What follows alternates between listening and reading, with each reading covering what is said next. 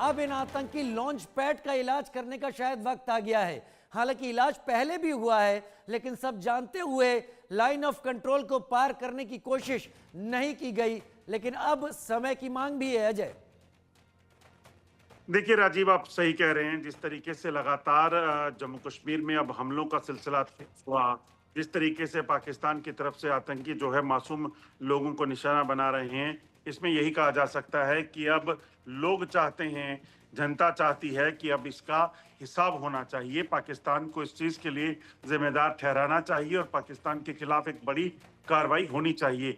जरूरी इसलिए हो जाता है क्योंकि जिस तरीके से लगातार आप देखें तो मासूम लोग जो कश्मीर के लोगों की रोजी रोटी चलाते हैं, जो कश्मीर की इकॉनमी को जो है वो आगे बढ़ने में मदद देते हैं, ऐसे लोगों को निशाना बनाया जाएगा तो आखिरकार देश कब तक चुप बैठ सकता है। और लोग चाहते हैं कि अब चुप रहने के बजाय, इस जख्मों को सहने के बजाय अब पाकिस्तान को जो है इसका करारा जवाब मिलना चाहिए। पाकिस्तान को एक ऐसा जख्म मिलना चाहिए जिसकी पाकिस्तान ने जिसको तसव्वुर ना किया हो, तभी जाकर लोगों के दिलों को शांति मिलेगी। और इन शहीदों को, इन शहीद इनको इसलिए कहूंगा क्योंकि ये उन आतंकवादियों के साथ मुकाबला कर रहे थे। मुकाबला क्योंकि ये निहत्थे थे, आतंकी हथियार लेकर वहां पहुंचे और उन्होंने एक एक को चुन चुन कर जो है वो मारा। इनको नाम पूछे गए, इनके मजहब पूछे गए और उसके बाद इनको निशाना बनाया गया। तो यकीनन जम्मू कश्मीर की शांति बहाली के लिए जो सिलसिला सरकार ने, फौज ने, सुरक्षा बलों ने शुरू किया है, उस शांति के प्रतीक कहीं ना कहीं ये थे। क्योंकि वहां पर जाकर इन्होंने इस चीज को सुनिश्चित किया कि ये लोग डरते नहीं हैं, भारत डरता नहीं है, देश के लोग डरते नहीं हैं और कश्मीर में वो किसी भी हालात में पहुंचने को तैयार हैं। मगर जब इनको अब निशाना बनाया गया है तो यकीनन इनके परिवार, देश के लोग अब चाहते हैं कि कम से कम कोई ऐसी बड़ी कार्रवाई पाकिस्तान के खिलाफ होनी चाहिए जिससे पाकिस्तान आने वाले दशकों तक याद रखे। दशकों तक याद रखे, लेकिन उससे पहले वो सारे सबूत, वो सारे सिग्नेचर्स जो इन आतंकवादियों और पाकिस्तान के गठजोड़ को सामने रखते हैं। ये बात तो तय है अजय, आपका लंबा अनुभव है, ये स्वचालित हथियारों का यहाँ इस्तेमाल हुआ है, M4 कार्बाइन और AK-47 का यहाँ पर इस्तेमाल हुआ है। ये हथियार बड़े सोफिस्टिकेटेड वेपन है, ये हर एक को मुहैया नहीं हो सकते अजय। देखिए, बिल्कुल M4 कार्बाइन राइफल जो है वो यूएस मेड एक राइफल है जिसको अमेरिकन फोर्सेस ने जब अफगानिस्तान में जंग लड़ी थी तब इस्तेमाल किया था। और तब वहां पर पाकिस्तानी फोर्सेस, पाकिस्तान तालिबानी जो लड़ाके थे वहां गए थे पाकिस्तान से। ये तब की राइफल जो है वो पाकिस्तान में ने इनको, इनके पाकिस्तान के पास जो है मिली हुई है, पाकिस्तानी फोर्सेस के पास अमेरिका ने इनको दी हुई हैं। तो ये वो वेपन है जिसका इस्तेमाल सिर्फ पाकिस्तानी सेना करती है। वो हथियार अगर इन आतंकियों के पास हैं तो वो कोई देने वाला तो होगा, आम लोग नहीं खरीद सकते ऐसे हथियारों को। AK सीरीज की राइफल जो इन आतंकियों के पास मिली है वो सिर्फ सेना के पास हो सकती हैं। और पाकिस्तानी सेना के हथियार जो हैं अगर इनके पास मिल रहे हैं तो इसका मतलब ये है कि पाकिस्तान से ही मिले होंगे। इनके पास जो कम्युनिकेशन डिवाइसेस हैं वो चीन के निर्मित हैं और बड़े हाई सोफिस्टिकेटेड जो है वो डिवाइसेस इनके पास हैं। उनको जो है वो चीन से मिलते हैं पाकिस्तान को और पाकिस्तान इनको देता है। ट्रेनिंग पाकिस्तानी सेना इनको देती है। इनके पास तमाम जो असला रहता है वो चीन में निर्मित है। इनके पास स्टील प्रीसिंग बुलेट्स रहती हैं जो बुलेट प्रूफ जैकेट्स को जो है वो भेज सकती हैं। वो बुलेट जो है इन आतंकियों के पास मिलती हैं। तो ये तमाम चीजें जो हो रही हैं ये आतंकियों को कहीं और से नहीं, सिर्फ और सिर्फ पाकिस्तान सरकार से, पाकिस्तानी सेना से मिलती हैं, जिसका इस्तेमाल धड़ल्ले से ये आतंकी भारत में करते हैं, जम्मू कश्मीर में करते हैं। धड़ल्ले से भारत में करते हैं, जम्मू कश्मीर में करते हैं। अजय बता रहे हैं कि स्टील पियर्सिंग बुलेट, यानी जो स्टील को भी छेद देती हैं, इस तरीके की बुलेट से आतंकवादियों तक आखिर कहां पहुंची। वो आतंकवादी जो 2 वक्त की रोटी भी ठीक से नहीं खा सकते, लेकिन आतंकवाद में कदम रखने के बाद उन्हें पाकिस्तान गवर्नमेंट की तरफ से, ISI की तरफ से वो चीज़ें दी जाती हैं जिसे खरीदने की उनके पास ताकत भी नहीं होती, केवल इस बात पर कि भारत में जाकर उन्हें खून खराबा करना है। इसकी जाँच से जुड़ी हुई जानकारियाँ ज़रूर हम आपसे लेंगे, लेकिन पहले बड़ी खबर का रुख कर लेते हैं। इस वक्त गृह मंत्री अमित शाह श्रीनगर से दिल्ली के लिए रवाना हो गए हैं। शाम को कैबिनेट कमेटी ऑन सिक्योरिटी है जिसमें शामिल होंगे गृह मंत्री अमित शाह। शाम 6 बजे CCS की बैठक होनी है जिसके पहले प्रधानमंत्री नरेंद्र मोदी को NSA अजीत डोभाल ब्रीफ करने के लिए इस वक्त पहुंचे हुए हैं। गृह मंत्री अमित शाह दिल्ली के लिए निकल गए हैं। दिल्ली में शाम को कैबिनेट कमेटी ऑन सिक्योरिटी है और उसमें गृह मंत्री अमित शाह की मौजूदगी भी काफ़ी ज़्यादा ज़रूरी है। इस वक्त गृह मंत्री अमित शाह आपको चीता हेलीकॉप्टर में दिखाई पड़ रहे हैं, जहां से वो पहलगाम के उस ग्राउंड में पहुंचे जहां कल आतंकवादियों ने निर्दोष टूरिस्ट का खून बहाया था। फर्क थोड़ा सा ही है टूरिस्ट और टेररिस्ट में, लेकिन टेररिस्ट का काम केवल खून बहाना होता है और टूरिस्ट जहां जाता है वहां पर आबो हवा अच्छी होती है, वहां पर लोगों को रोजी रोटी मिलती है, वहां पर रोजगार मिलता है और उन लोगों को जो यहाँ पर गरीब लोग हैं उनके घर में भी चूल्हा जल पाता है। लेकिन पाकिस्तान बैक्ड इन टेररिस्ट का काम केवल एक है, उतना खून बहा सको जितना बहा सकते हो। अजय जांडियाल मेरे साथ इस वक्त जुड़े हुए हैं। अजय जांडियाल, एनआईए पहुंच गई है पहलगाम में, इनिशियल इन्वेस्टिगेशन शुरू हो गई है, क्या जम्मू कश्मीर पुलिस ने भी इस बारे में कोई इन्वेस्टिगेशन की है? दोनों की इन्वेस्टिगेशन पर जो जानकारी है साझा करें अजय। देखिए, बिल्कुल राजीव, जो जानकारी है लगभग 200 के करीब लोगों को सवाल पूछने के लिए, यानी कि उनकी पूछताछ के लिए जो है उनको हिरासत में लिया गया था। कई लोगों को छोड़ दिया गया है, कई अभी भी पुलिस की हिरासत में है, जिनसे अभी पूछताछ चल रही है, जिनको शक की बिना पर जो है वो पूछताछ के लिए जो है वो राउंड अप किया गया था। दरअसल एक तरीका है, जब कहीं हमला होता है, कोई आतंकी गतिविधि होती है, तो यकीनन ओवरग्राउंड वर्कर जो होते हैं या जो लोग वहाँ पे होते हैं, उनकी कहीं ना कहीं सपोर्ट जो है वो टेररिस्टों को अगर ना हो तो वो इस तरह के हमलों को अंजाम नहीं दे सकते। तो इसीलिए जो जानकारी है, इन आतंकियों को कहीं ना कहीं सपोर्ट मिला था, जिसके बाद उन्होंने इस इलाके में पहले रैकी की और उसके बाद हमला किया। तो पुलिस ने ऐसे लोगों को राउंड अप करके उनसे पूछताछ की है।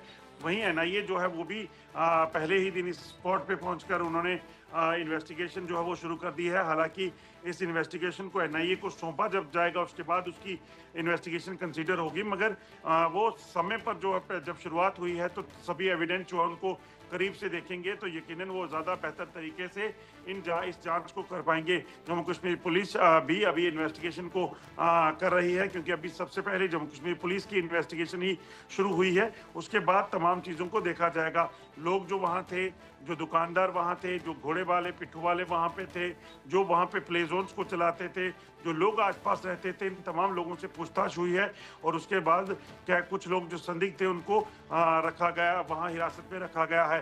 दूसरी एक चीज़ आपको और बता दूं कि वहाँ की जो सीसीटीवी फुटेज अगर कोई मिलती है तो उसको खंगाला जा रहा है। जो वीडियोज इस वक्त सोशल मीडिया पे उस आतंकी हमले के आसपास के समय के हैं उनको जो है वो लिया जा रहा है। इसके साथ साथ जो मोबाइल कम्युनिकेशन उस इलाके में चल रही थे, मोबाइल टावर, उन पर उस वक्त जो या उससे पहले जो मोबाइल नेटवर्क इस्तेमाल हुआ है जिन फ़ोन कॉल्स में, उन पूरी फ़ोन कॉल्स के उन फ़ोन नंबर्स को खंगाला जा रहा है। ये तमाम इन्वेस्टिगेशन के वो पार्ट हैं जिसे बारीकी से सुरक्षा एजेंसियां देखती हैं, ताकि किसी भी तरीके से इस पूरे प्रकरण को जो हुआ है इसकी गहन जो है वो जांच हो सके और फिर जो भी लोग जिम्मेवार हैं इसके लिए उनको जो है कहीं ना कहीं सलाखों के पीछे पहुंचाया जा सके।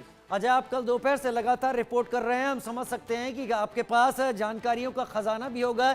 लगातार बोलते रहने से आपके गले में भी तकलीफ समझ में आ रही है, लेकिन अजय फिर भी, क्योंकि आप ग्राउंड जीरो पे है, आप उस राज्य में जहां पर आपने एक्सटेंसिवली कवर किया है, पाकिस्तान के एंगल से एक जानकारी आपसे लेना चाहेंगे।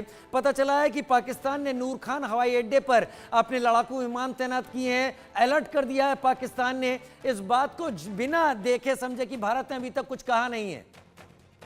देखिए, बिल्कुल पाकिस्तान को इस चीज का पूरा अंदेशा है। पाकिस्तान इसलिए खौफ में है क्योंकि पाकिस्तान 2 हमले जो भारत ने सर्जिकल स्ट्राइक और एयर स्ट्राइक के तौर पे किए थे उनको देख चुका है। हालांकि पाकिस्तान को ये समझ आ जाना चाहिए भारत कब ये हमला करेगा वो पाकिस्तान को पता नहीं चलने वाला। जैसे पहले 2 हुए थे उनमें भी नहीं पता चला था और नुकसान पाकिस्तान को उठाना पड़ेगा, खामियाजा भुगतना पड़ेगा। नुकसान नहीं है, ये उसकी भरपाई है जो पाकिस्तान ने यहाँ पे किया है। वहीं दूसरी बात की जाए तो रावलाकोट में जो नूर खान हवाई अड्डा है, हवाई पट्टी है एयरफोर्स की, पाकिस्तानी एयरफोर्स की, वहां पर जो है वो एयरक्राफ्ट जो पाकिस्तानी। आपने रावलाकोट की बात की, मैं एक बार आता हूं आपके पास, क्योंकि रावलाकोट को लेकर और डिटेल आपके सामने रखेंगे। पहलगाम आतंकी हमले पर बड़ी खबर ये कि रॉबर्ट वाड्रा ने बयान दिया है, देश में हिंदू मुस्लिम भेदभाव होता है, भेदभाव के चलते आतंकियों ने पहचान पूछ कर मारा। क्या कहना चाहते हैं रॉबर्ट वाड्रा? देश की सरकार सिर्फ हिंदुत्व की बात करती है, अल्पसंख्यक खुद को दबा हुआ महसूस करता है। कांग्रेस ऐसे मौके पर यह राजनीति करती दिख रही है जहां पर रॉबर्ट वाड्रा ऐसी बात कह रहे हैं कि देश में हिंदू मुस्लिम भेदभाव होता है, अल्पसंख्यक खुद को दबा हुआ महसूस करता है और इसीलिए आतंकियों ने पहचान पूछकर मारा है।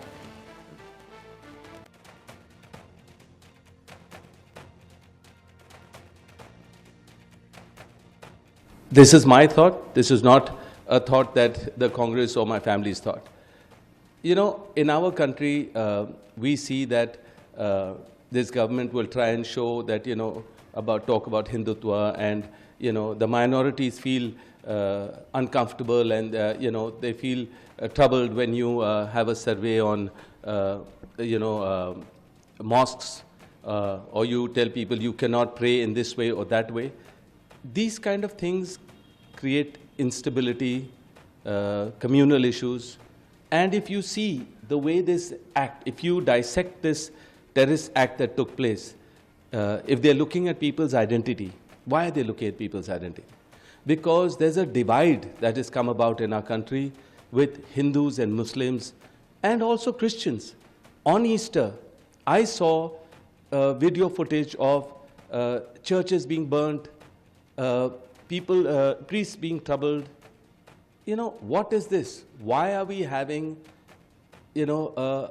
communal disharmony in our country?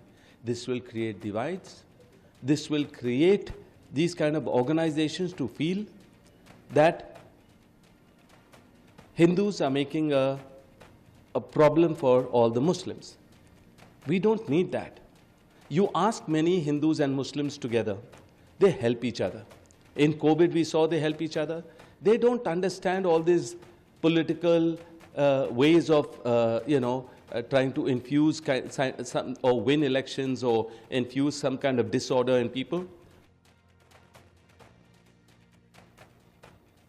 ये एकदम समझ से परे है कि रॉबर्ट वाड्रा ऐसा बयान क्यों दे रहे हैं कि कल आतंकवादी हमला इसलिए हुआ कि देश में हिंदुत्व की बात होती है और हिंदू मुस्लिम में भेदभाव किया जाता है, इसलिए आतंकवादियों ने हिंदू मुस्लिम में भेदभाव कर पहचान वहां पर पता की और लोगों की हत्या कर दी। तो क्या इस तरीके की बातों पर आतंकवादी हमले करने को वो जायज ठहरा रहे हैं? ऐसा कहना चाहते हैं रॉबर्ट वाड्रा, लेकिन उन्होंने शुरू में ये कह दिया ये मेरा बयान है, ये कांग्रेस का बयान नहीं है। उधर बड़ी खबर ये है कि पाकिस्तान पर बड़े एक्शन की तैयारी हो चुकी है।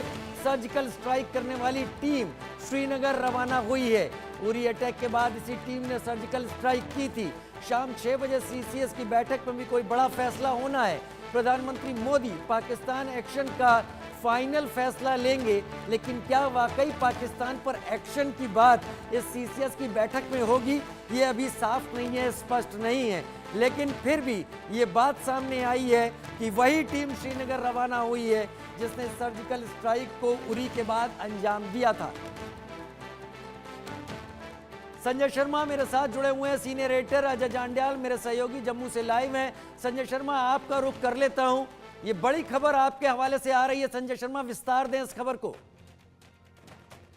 देखिए, आज सबसे पहले केंद्रीय रक्षा मंत्री राजनाथ सिंह के साथ में तीनों सेनाओं के प्रमुखों के साथ में उनकी बैठक हुई है और तीनों सेनाओं को हाई अलर्ट पर रहने के लिए कहा गया।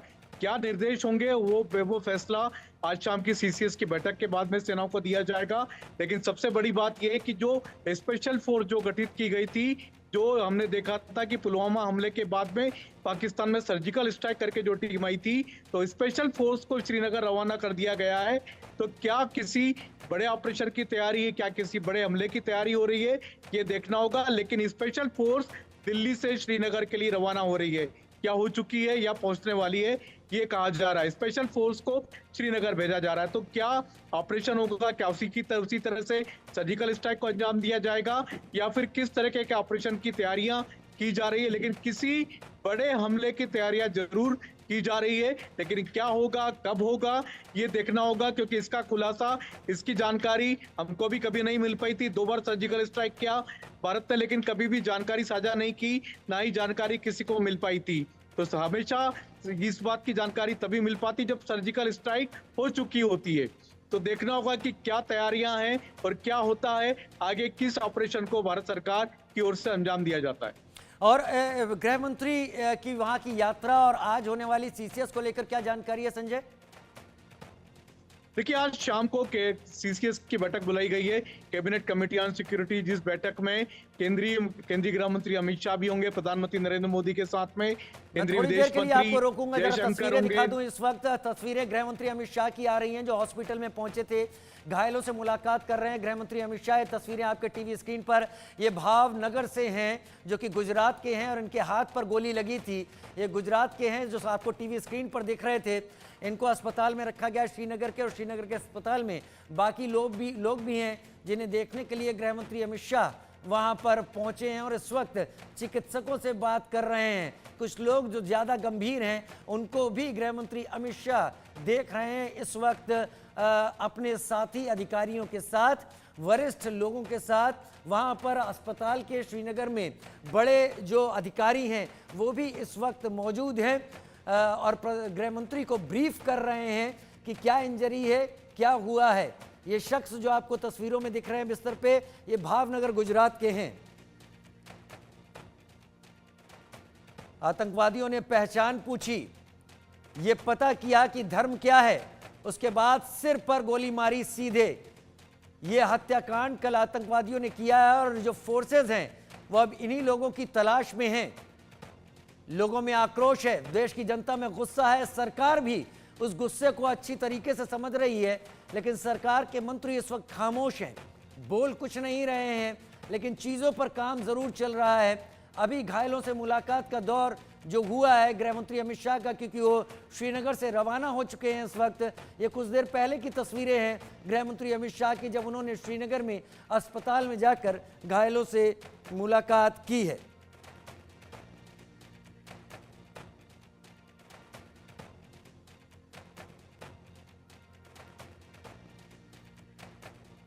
अजय जी, अजय जांड्याल मेरे साथ इस वक्त लगातार जुड़े हुए हैं, संजय शर्मा मेरे साथ जुड़े हुए हैं। संजय शर्मा, अपनी बात पूरी करें, तस्वीरें हम लगातार गृह मंत्री की दिखा रहे हैं। देखिए, आज शाम को केंद्रीय कमेटी ऑन सिक्योरिटी की बैठक होगी, जिसमें प्रधानमंत्री नरेंद्र मोदी के साथ में केंद्रीय गृह मंत्री अमित शाह मौजूद होंगे, विदेश मंत्री एस जयशंकर, वित्त मंत्री निर्मला सीतारमण, रक्षा मंत्री राजनाथ सिंह के साथ में एनएसए अजीत डोभाल भी बैठक में होंगे। और इसी बैठक में सीडीएस जो यानी कि तीनों सेनाओं के जो प्रमुख हैं अनिल चौहान, तो उनको भी बुलाया गया, जनरल अनिल चौहान को भी बुलाया गया है। तो किसी बड़े फैसले की का यहाँ पर रणनीति बनाई जा सकती है। फैसला क्या होगा, क्या रणनीति होगी, कब अंजाम दिया जाएगा, तो ये देखना होगा, क्योंकि इस बात की जानकारी कभी भी आज तक बाहर नहीं आ पाई है। तो ये बातें सिक्रेसी मेंटेन रखी जाती है, क्योंकि जो लोग एक्शन करते हैं वो लोग बोलते कम है। तो बिना बोले जो लोग एक्शन करते हैं उनमें जाने जाते हैं प्रधानमंत्री नरेंद्र मोदी और केंद्रीय गृह मंत्री अमित शाह। तो बिना बोले जो लोग एक्शन को अंजाम देंगे उसकी रणनीति बनेगी। चलिए, हम आपको रोक रहे हैं। बड़ी खबर इस वक्त आ रही है, लगातार बड़ी खबर का दौर इस वक्त चल रहा है। बड़ी खबर आपके टीवी स्क्रीन पर, शाम 6 बजे सीसीएस की बैठक है, पाकिस्तान पर बड़े एक्शन की तैयारी है। पता चल रहा है कि सर्जिकल स्ट्राइक करने वाली टीम श्रीनगर रवाना हुई है, और ये अटैक के बाद इसी टीम ने सर्जिकल स्ट्राइक की थी। क्या ये टीम उन आतंकवादियों का हिसाब चुकता करेगी जो आतंकवादी अभी घाटी में सक्रिय हैं? शाम 6 बजे सीसीएस की बैठक में फैसला होगा। क्या फैसला होगा, सीसीएस क्या एक्शन की बात करती है? उम्मीद यही है कि ये ज़्यादा चीज़ें शायद सार्वजनिक न की जाए, लेकिन सीसीएस की बैठक होनी है, ये तय है। मूवमेंट है, ये भी तय है। कब एक्शन होगा, ये तारीख सामने मोदी सरकार अब तक लोगों को बस कयास लगाने का ही मौका देती है। वो एग्जैक्ट कब क्या चीज़ होती है, इसका अंदाज़ा तभी सही हो पाता है जब चीज़ें हो चुकी होती हैं। संजय शर्मा मेरे साथ इस बड़ी खबर के साथ जुड़े हुए हैं। संजय, अपनी बात पूरी करें। बिल्कुल, क्योंकि सरकार किसी बड़ी तैयारी में लगी हुई है, इसीलिए कई सारी बातों को गोपनीय रखा जा रहा है। तीनों सेना प्रमुखों को हाई अलर्ट पर रहने के लिए कहा गया, तीनों सेनाओं को हाई अलर्ट पर रखने की बात कही जा रही है। सभी जितनी सुरक्षा एजेंसियां हैं सबको हाई अलर्ट पर रख दिया गया है। तो कोई बड़ी कार्रवाई हो सकती है, बड़ा ऑपरेशन चलाया जा सकता है, लेकिन वो क्या होगा, कैसे होगा, कब होगा, कहां होगा, इस बात की सिक्रेसी जरूर मेंटेन की जाएगी।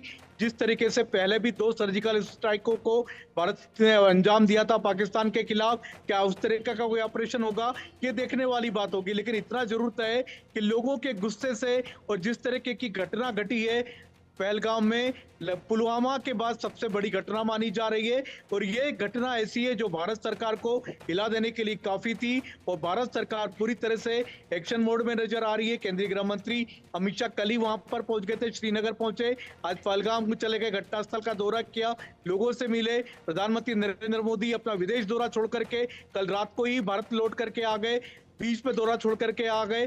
तो ये आप देख सकते हैं किस तरीके से भारत सरकार और सरकार के तमाम जितने भी बड़े प्रमुख नेता हैं, बड़े प्रमुख लोग हैं, वो सभी हाई अलर्ट मोड पर आ चुके हैं। तो लगातार बैठकों का दौर जारी है, बड़ी बैठकों का दौर जारी है। आज शाम को भी बड़ी बैठक होगी जिसमें रणनीतिक चर्चा होगी और क्या रणनीति बनती है, किस तरीके की रणनीति बनाई जाती है, क्या ऑपरेशन चलाया जाएगा, ये देखना होगा। क्या ऑपरेशन चलाया जाएगा ये देखना होगा। एक सवाल आपसे और ले लेता हूं संजय, रॉबर्ट वाड्रा जो कि कांग्रेस के एक अहम हिस्से हैं और कांग्रेस परिवार के हिस्से हैं, उन्होंने ये कहा है कि ये मेरा बयान है, कांग्रेस का नहीं, लेकिन उन्होंने कहा कि ये आतंकवादी घटना इसलिए हुई कि देश में हिंदू मुस्लिम में भेदभाव किया जाता है, हिंदुत्व की बात होती है, इसीलिए आतंकवादियों ने पहचान पूछी है। अब इस बयान पर क्या ही कहा जाए, क्या बीजेपी की तरफ से कोई प्रतिक्रिया आ रही है इस पर?